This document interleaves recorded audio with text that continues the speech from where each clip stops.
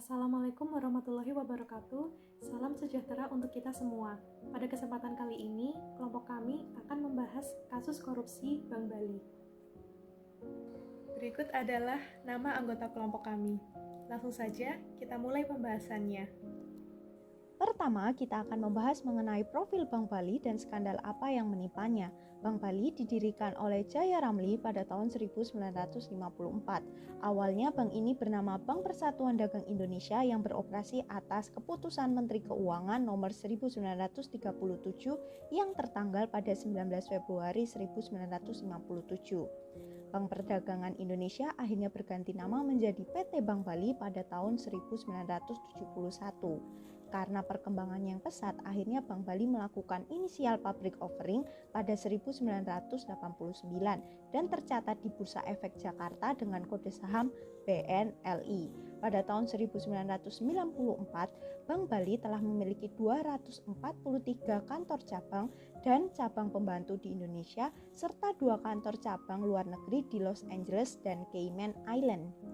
Skandal yang menimpa Bank Bali bermula ketika terjadi gelombang krisis moneter 1997 hingga 1998.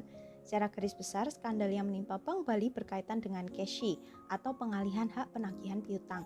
Skandal bermula saat Direktur Utama Bank Bali, Rudi Ramli, kesulitan menagih piutangnya yang tertanam di berangkas 3 bank, yaitu Bank Dagang Nasional Indonesia, Bank Umum Nasional, dan juga Bank Tiara yang total piutangnya sejumlah 3 triliun.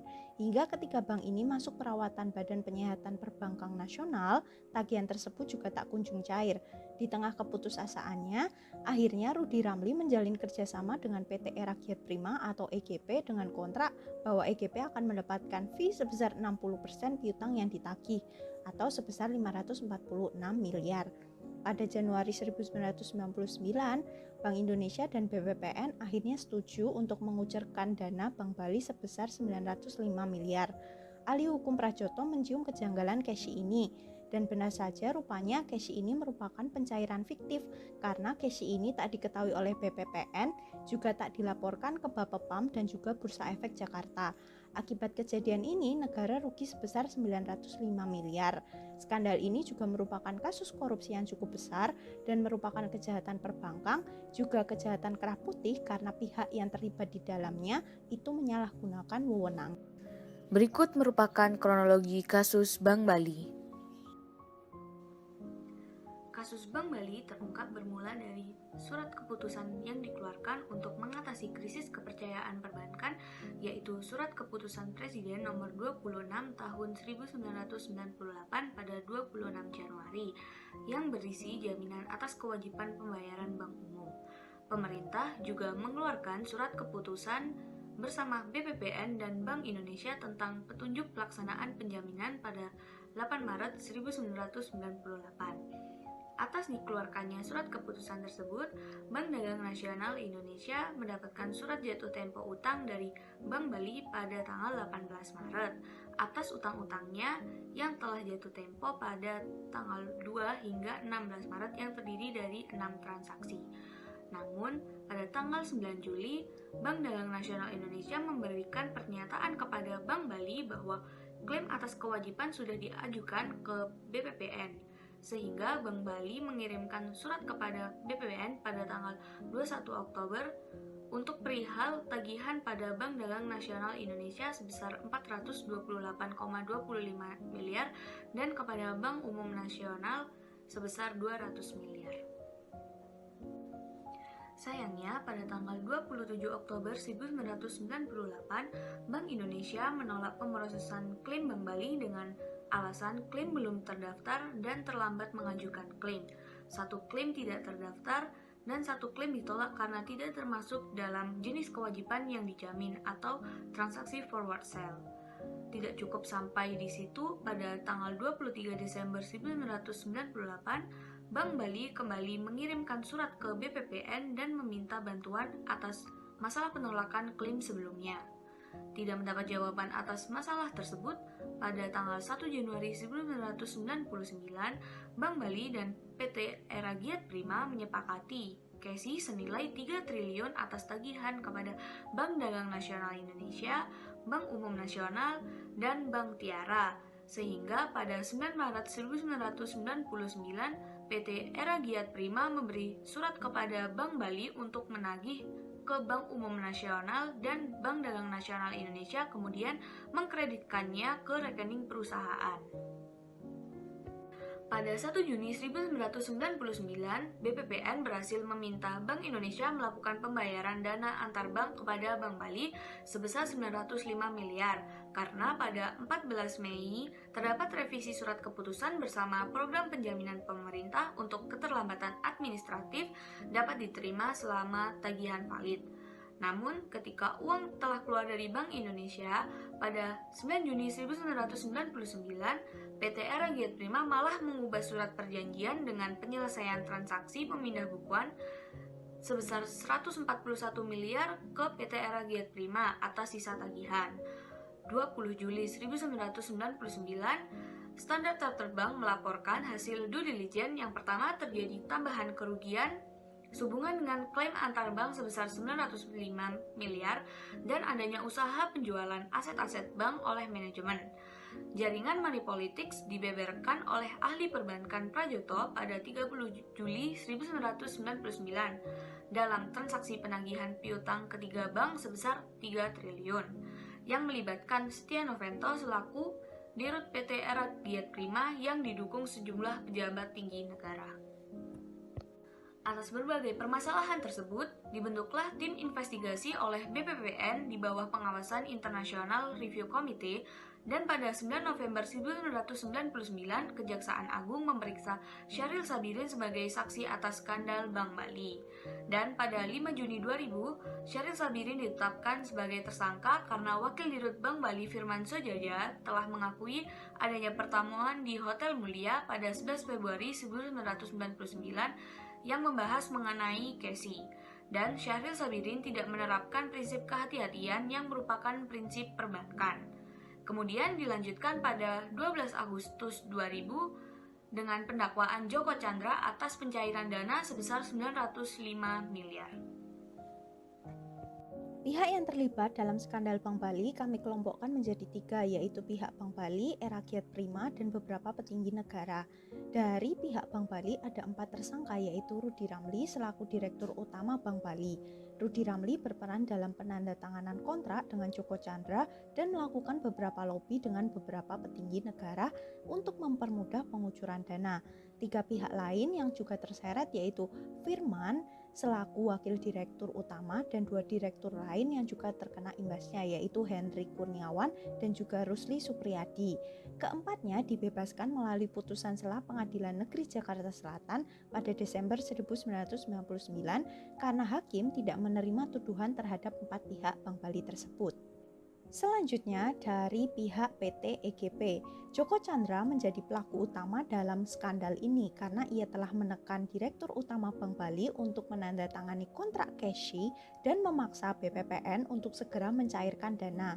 Setia Novanto selaku Direktur Utama juga berperan dalam melakukan lobi Bank Bali dan PT EGP serta melakukan lobi dengan beberapa petinggi negara lainnya. Selanjutnya dari sisi petinggi negara, beberapa petinggi negara yang terlibat diantaranya yang pertama ada Pandey Lubis selaku Wakil Ketua BPPN yang menandatangani dokumen pencairan dana sebesar 905 miliar.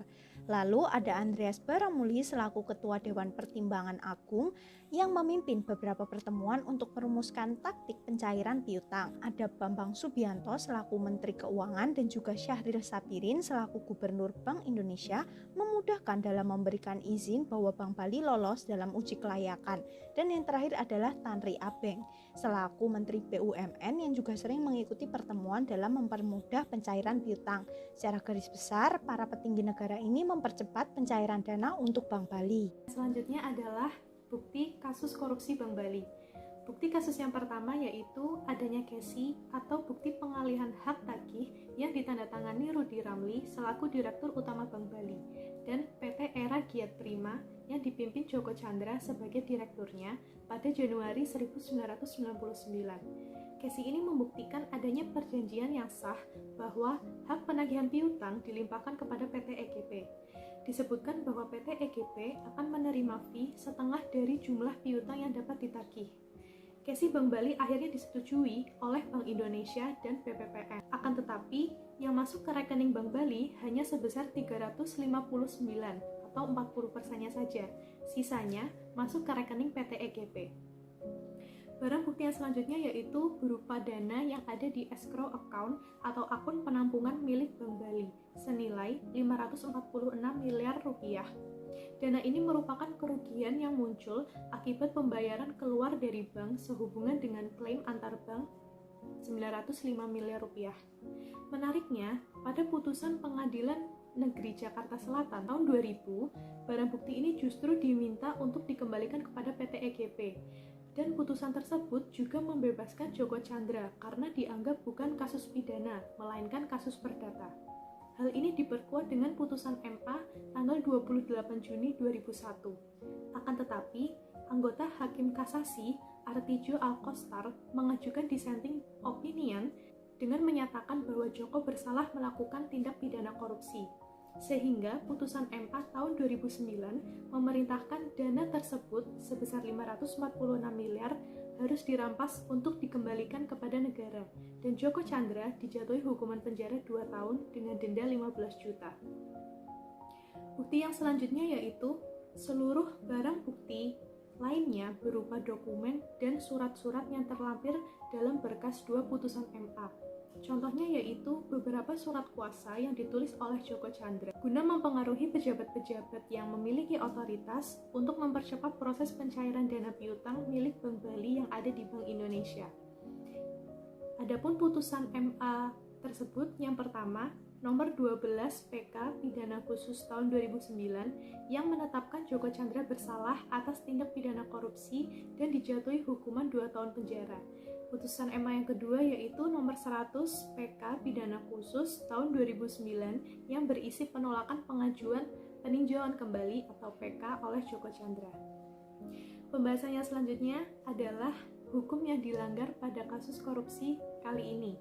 Yang pertama adalah pasal 2 dan 3 Undang-Undang Nomor 31 Tahun 1999 yang diubah dengan Undang-Undang Nomor 20 Tahun 2001 tentang pemberantasan tipikor, bahwa yang bersangkutan dengan melawan hukum melakukan perbuatan memperkaya diri sendiri atau orang lain atau suatu badan yang secara langsung atau tidak langsung merugikan keuangan negara dan perekonomian negara, serta adanya penyalahgunaan wewenang untuk menguntungkan diri sendiri atau orang lain.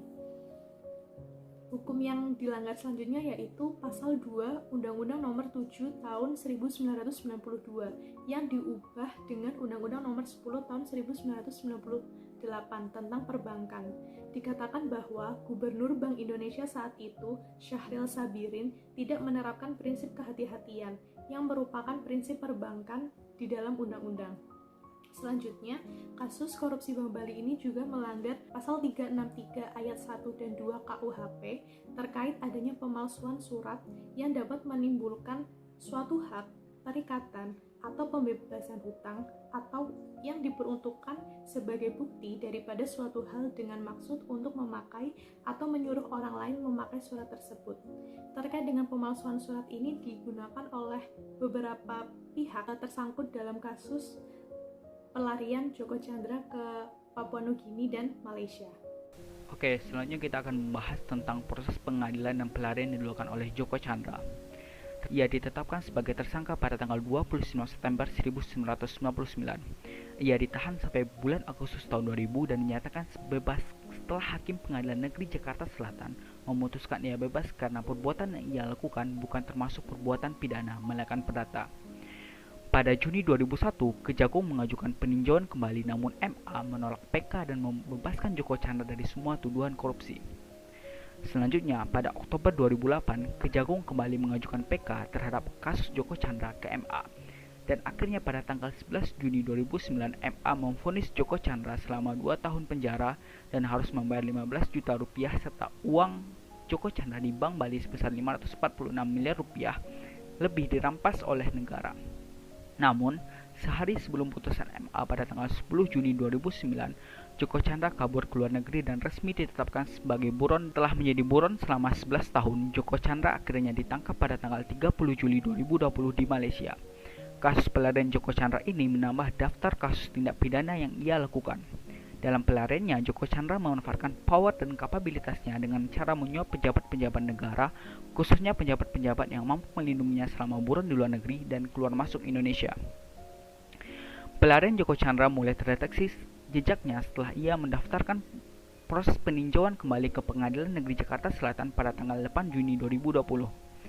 Atas putusan MA pada tahun 2009 yang menyatakan ia bersalah atas kasus pengalihan piutang atau cesi Bank Bali. Dalam mengurus proses PK ini, Joko Chandra menunjuk Anita Kolopaking sebagai pengacara. Anita melakukan kerjasama dengan Jaksa Pinangki Sinar Malasari dan menyuapnya sebesar $500.000 Amerika Serikat untuk mengurusi pengajuan dan proses PK di persidangan nanti. Selain itu, untuk melancarkan proses pendaftaran PK yang harus mendatangkan Joko Chandra ke Indonesia, yang pada saat itu masih menjadi buron, maka Joko Chandra melakukan suap kepada Brigjen Prasetyo Utomo untuk memberikan surat jalan palsu dan bebas COVID, Irjen Napoleon Bonaparte untuk menghapuskan red notice di imigrasi, dan Lurah Grogol Selatan Asep Subahan dalam proses pembuatan IKTP palsu. Kasus suap terhadap Jaksa Pinangki dan pembuatan dokumen palsu ini telah diputuskan oleh pengadilan dengan menjadikan Joko Chandra, Jaksa Pinangki, Anita Kolopaking, Brigjen Prasetyo, Irjen Napoleon sebagai tersangka dan dijatuhi hukuman penjara. Serta pengadilan menolak permintaan PK yang didasarkan oleh Joko Chandra atas putusan kasus cesi Bank Bali. Selanjutnya, kita akan melakukan analisa terhadap kasus cesi Bank Bali dan kasus pembuatan surat jalan palsu dan suap terhadap Jaksa Pinangki. Apabila dilihat dari fraud triangle dan fraud diamond, kasus cesi Bank Bali dan kasus surat jalan palsu serta suap yang dilakukan pada Jaksa Pinangki, hampir semua sisi dari fraud triangle dan fraud diamond terpenuhi. Dari sisi pressure, kasus Bank Bali didasari oleh tekanan krisis finansial pada tahun 1997 sampai 1998 yang mengakibatkan terjadinya kekacauan dalam sistem perbankan nasional. Dan pada Bank Bali terdapat tekanan untuk secepatnya dapat menarik piutang yang tertanam di 3 bank lain sebesar 3 triliun rupiah. Dari sisi opportunity, kesempatan untuk melakukan fraud muncul dari adanya bantuan likuiditas Bank Indonesia yang pada saat itu dalam prosesnya sangat bermasalah dengan posisi BI yang sangat mudah ditekan dan dilobi khususnya oleh kekuatan politik pada saat itu.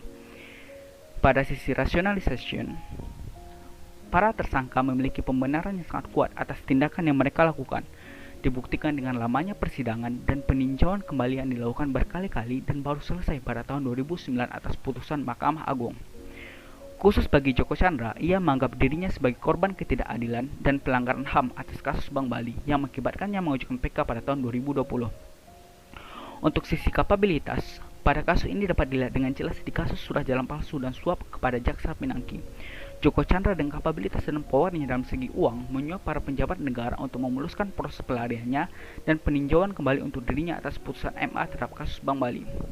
Dari segi fraud detection, symptoms terjadinya fraud terlihat dari pengakuan Rahmat yang merupakan rekan kerja dari Jaksa Pinangki sebagai saksi dalam persidangan. Rahmat menyatakan bahwa Pinangki memiliki gaya hidup yang berbeda dari Jaksa secara umumnya, yang terlihat dari barang-barang mewah yang ia miliki dan seringnya Rahmat melihat Pinangki pergi ke tempat-tempat mewah hanya untuk berbelanja ataupun makan. Selain itu, sikap apatis dan ignorance dari masyarakat dan lemahnya kontrol dari pemerintah dan perpolitikan Indonesia juga membuat seorang Setia Novanto yang secara jabatan merupakan dirut PT Era Giat Prima dan sangat mungkin terlibat dalam kasus Bank Bali, tapi pada tahun 2014 ia malah terpilih menjadi Ketua DPR RI dan pada tahun 2018 secara tidak mengejutkan ia divonis pengadilan terlibat dalam kasus IKTP dan dijatuhi hukuman 15 tahun penjara. Hal ini menunjukkan bahwa sifat tamak seorang pelaku fraud akan bertahan dalam jangka waktu yang lama dan ditambah lagi dengan adanya jabatan dan privilege yang didapatkannya, maka kemungkinan kegiatan fraud akan terus berulang-ulang terjadi. Berikut daftar pustaka pada presentasi kali ini. Sesi tanya jawab dapat dilanjutkan di forum Elok dan diskusi kelas. Terima kasih.